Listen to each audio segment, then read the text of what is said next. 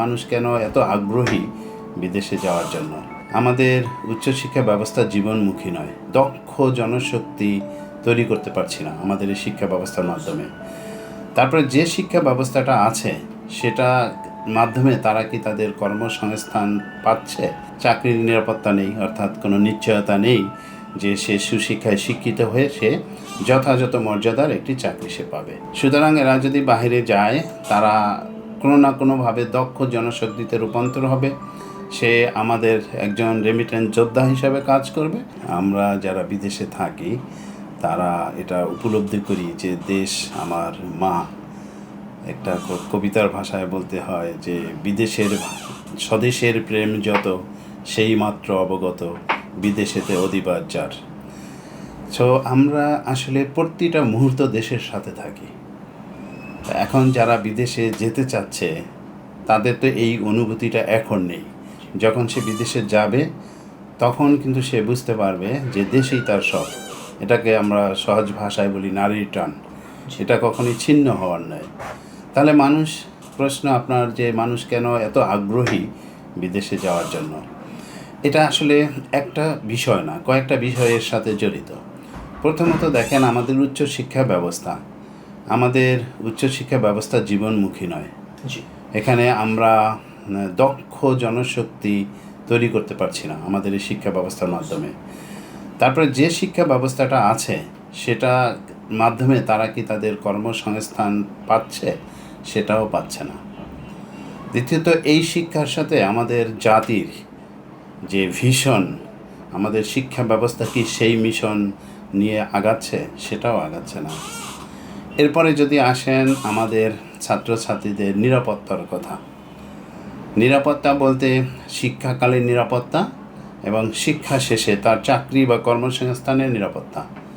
চাকরির নিরাপত্তা নেই, অর্থাৎ কোনো নিশ্চয়তা নেই যে সে সুশিক্ষায় শিক্ষিত হয়ে সে যথাযথ মর্যাদার একটি চাকরি সে পাবে। এরপরে যদি বলেন যে চাকরি সে পেল, তারপর সেই চাকরির কি নিরাপত্তা আছে? তার জীবনের নিরাপত্তা আছে? স্যার, আমি একটু যদি যুক্ত করি, এই যে তারা যাচ্ছে, এতে করে আমাদের দেশের কি উপকার হচ্ছে?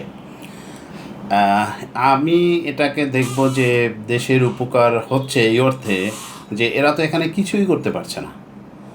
সুতরাং এরা যদি বাইরে যায় তারা কোনো না কোনোভাবে দক্ষ জনশক্তিতে রূপান্তর হবে, সে আমাদের একজন রেমিটেন্স যোদ্ধা হিসাবে কাজ করবে।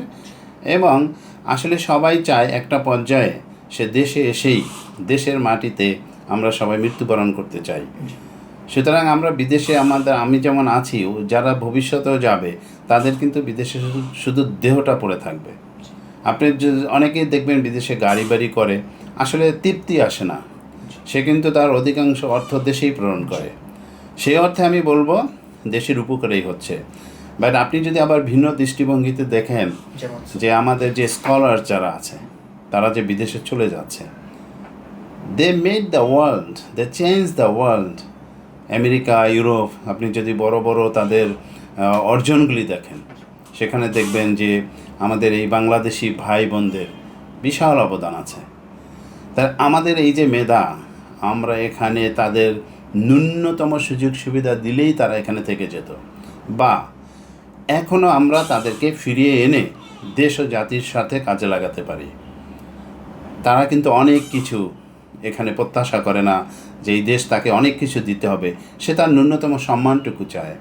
আমাদের এমন সব স্কলার্স আছে যে তারা শুধু সম্মান পেলেই তাদের হবে। জাতি যদি তাদেরকে যথাযথ মূল্যায়ন করে তারা ফিরে আসবে এবং দেশের জন্য অবদান রাখবে। স্যার, দেশের মায়া কি কমে যায় না তারা যে এতদিন ধরে থাকে? বা সেই যে শুরু করেছিলাম, স্বদেশের প্রেম যত সেই মাত্র অবগত বিদেশেতে অধিবাস যার, যত দেরি হয় দেশের প্রতি মায়া তত বেড়ে যায়। দেশ এটা নারীর টান, ছিন্ন করার মতো নয়। সুতরাং আমি মনে করি না যে দেশের প্রতি মায়া কমে যায়, বরং আপনি দেখবেন বংশ পরস্পরায় তারা দেশীয় সংস্কৃতি, বাংলা ভাষা, এগুলি কিন্তু তারা সবসময় চর্চা করে। বিভিন্ন প্রোগ্রাম, বাংলাদেশের প্রোগ্রাম, বাঙালির প্রোগ্রাম, আমাদের সংস্কৃতি, এটা কিন্তু হ্যাঁ। তো বিদেশে আমরা এইগুলি সব উদযাপন করি। আমাদের দেশের প্রতিটা জাতীয় পর্ব, আমাদের সংস্কৃতি এবং সাংস্কৃতিক যে অনুষ্ঠান, এগুলি আমরা উদযাপন করি, সবাই মিলিত হই। এটাই প্রমাণ করে। এবং ভাষাটা আমরা আমাদের ছেলেমেয়েদেরকে এই বিদেশের ভাষাটাকে রপ্ত করার সাথে সাথে আমরা এটা তাদের জন্য একটা চ্যালেঞ্জ, কিন্তু তারা কিন্তু বাবা মায়ের ভাষা এই বাংলা ভাষা তারা রপ্ত করে থাকে। দেশে দেশে সবার সাথে দ্য নিউজ।